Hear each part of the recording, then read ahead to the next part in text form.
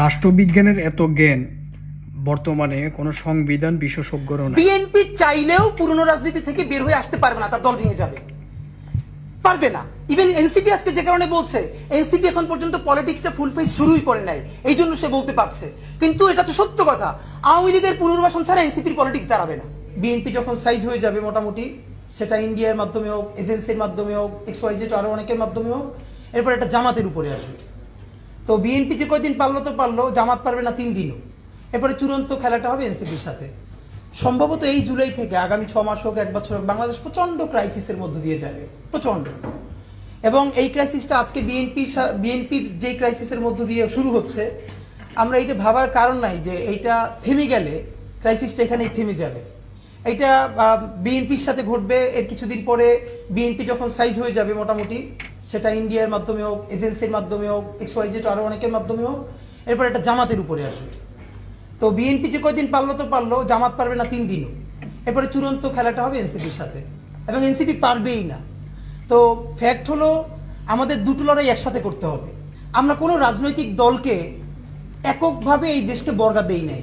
যারা আজকে বিএনপির বিরুদ্ধে বলছে তাদেরকে একটু ভাই মনে করাই দিয়েন, তারেক রহমানের কাছে সবার কিন্তু হাজিরা দেয়া লাগবে। তো তখন আমি বললাম, ভাই এই কথার কারণেই আপনারা ডুববেন। শেখ হাসিনার কাছে এই দুনিয়ার সবার হাজিরা দেওয়া লাগে নাই। যারা ভিডিওটি এই পর্যন্ত দেখছেন তারা অবশ্যই শেয়ার করে দিবেন ভিডিওটি। তো শেখ হাসিনার যদি দিল্লিতে হাজিরা দেয়া লাগে, তারেক রহমানের কাছে সবার হাজিরা দেয়া লাগবে, এটা একটি স্টুপিড কথা। বরং এই কথাটাই বলতে পারতে হবে, তারেক রহমান যা করেন নাই সেই দায় তার উপর চাপিয়ে দেওয়া যাবে না।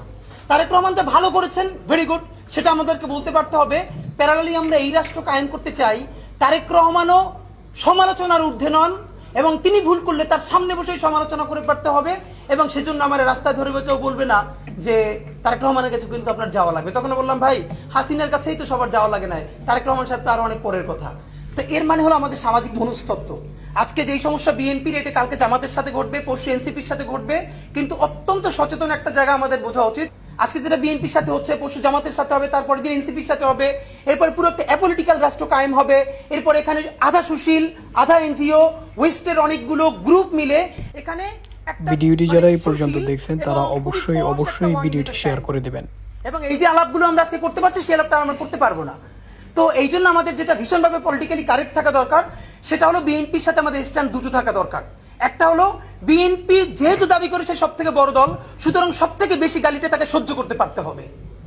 এই সহ্য করার হিম্মত, ক্ষমতা যদি সে হারাই ফেলে, আওয়ামী লীগের পরিণতি বরণ করবে। কিন্তু এর মানে এই না যে আমরা আজকে খুবই বাজে একটা কাজ হয়েছে, আমি জানি না এটা কারা করেছে, না বুঝে করেছে, এটা আমাদের জুনিয়রদেরকে বুঝাতে হবে। দেখলাম যে মিডফোর্ডের দিকে মনে হয় আমাদের আইডিয়াল কলেজের কিছু ছোট ভাইয়েরা গিয়ে সেখানে শহীদ জিয়ার ছবি অবমাননা করেছে। খুবই বাজে কাজ, এই অর্থে বাজে কাজ। এই জন্য আপনার মানে বিএনপির এজেন্ট বললে কোনো লাভ নাই। বাংলাদেশ শহীদ জিয়া বিএনপির একক অ্যাসেট না। ইভেন আমরা তো বেগম খালেদা জিয়াকেও বিএনপির একক অ্যাসেট বলি না। শহীদ জিয়া বাংলাদেশপন্থী রাজনীতির যে আইকনের জায়গা, সেটাকে যদি আপনি ধ্বংস হতে দেন, তাহলে বাংলাদেশপন্থী রাজনীতিতে দাঁড়াবে কিসের উপর? প্রত্যেকটা দেশে পলিটিক্সের জন্য, নেশন বিল্ডিং এ, স্টেট বিল্ডিং এ তার কিছু ক্যারেক্টার দরকার, কিছু আইকন দরকার, কিছু হিরোজ দরকার। তো আমাদের হিরো কারা হবে? শহীদ জিয়ার মতো সৎ একটা ক্যারেক্টার গত 100-200 বছরে কি বাংলাদেশে এসছে? তো এটাকে আমরা জাতীয় সম্পদে রাখবো না? হ্যাঁ, বিএনপির আমরা বলবো যে এই নাম সেল করে চাঁদাবাদী চলবে না, পাথর মেরে হত্যা চলবে না। এক থেকে, এবং অনেকে আমাকে বলেছে জুলাইয়ের স্পিরিট নাই। সেদিনকে একটা ইন্টারভিউতে আমাকে জিজ্ঞেস করলো, এখন তো প্রাইভেট ইউনিভার্সিটি নামে না। তো ওই দিন যে কথাটা বলেছি, আজকে আমি ভীষণ নিজের প্রতি, মানে আল্লাহর প্রতি কৃতজ্ঞ যে আমি এই কথাটা আমার মনে হয়েছে। আমি বলেছি, দেখেন, আবারও যেদিন এরকম কোনো বাজে কাজ হবে, কোনো কারো লিডারশিপের অপেক্ষা না করে প্রাইভেট ইউনিভার্সিটি প্রত্যেকটা নেমে আসবে। And it was happened. দেখেন আপনি, এই যে যখনই বাজে ভিডিওটা আমাদের সামনে আসলো, নামও নিচ্ছি না, ব্রাক, নরসাদ থেকে শুরু করে প্রত্যেকটা বিশ্ববিদ্যালয় নিজেরা নেমেছে, তুমুল মিছিল করেছে। তা আমাদের এখন যেটা সব থেকে জরুরি কাজ, এইরকম পলিটিক্যাল ক্রাইসিস প্রতিদিন লেগে থাকবে। আজকে বিএনপি, কালকে জামাত, এনসিপি, এই সেই চলতে থাকবে, কিন্তু আমাদের ফোকাস হারানো চলবে না। দা ফোকাস ইজ জুলাইয়ের ঘোষণাপত্র এবং সেকেন্ড ফেজ জুলাইয়ের সনদ। আপনাদেরকে একটা কথা মনে রাখতে হবে, আমাদের এখন অনেকগুলো শত্রুর সাথে ফাইট করতে হবে। আপনাকে একটা কথা খেয়াল করেছেন, বিএনপি প্রথমে জুলাই ঘোষণাপত্রের ব্যাপারে খুবই উদাসীন। পুরো দেশ যখন ঘোষণাপত্রের পক্ষে দাঁড়াচ্ছে, জুলাই একটু একটু একটু একটু বিএনপি করে সেখান থেকে সরে এসে সে জুলাইয়ের পক্ষে দাঁড়াচ্ছে। যেই বিএনপি প্রথম বলেছে এটা কোনো লিটারেচার, এটাকে সংবিধানে নেওয়ার কোনো মানে নাই, খুবই বাজেভাবে বলেছে, সেই বিএনপি এখন বলছে এটা সংবিধানের তফসিলে যুক্ত করা যায়। এর মানে আমাদের যখন ইমপ্রুভমেন্ট ঘটছে বিএনপির সাথে, যেই বিএনপি এখন তফসিলে রাজি হচ্ছে, সেই বিএনপিকে আমরা এটাকে সংবিধানের প্রস্তাবনায় রাজি করাতে পারবো। এবং যখনই বিএনপি এই জুলাইয়ের পক্ষে রাজনীতিতে একটু একটু অ্যাক্টিভ হচ্ছে, জনতার পক্ষে দাঁড়াচ্ছে, খুবই কমন ব্যাপার, ইন্ডিয়ান হেজিমনি তার বিরুদ্ধে দাঁড়াচ্ছে, এখানে ইন্ডিয়ান এস্টাবলিশমেন্ট তো সব আছে তার সাথে। সুতরাং এই পলিটিক্যাল ক্যাওয়াস তৈরি করতে গিয়ে এর মানে আমরা বিএনপিকে কোনো ব্ল্যাঙ্ক চেক দিব না, জামাতকেও না, এনসিপি কেও না, প্রত্যেককে আমরা ধরবো। কিন্তু ফ্যাক্ট ইজ আমরা যেমনি পারি, যেভাবে পারি, এই জুলাইয়ের মধ্যে জুলাইয়ের ঘোষণাপত্র আমাদেরকে আদায় করে নিতেই হবে। বিএনপি চাইলেও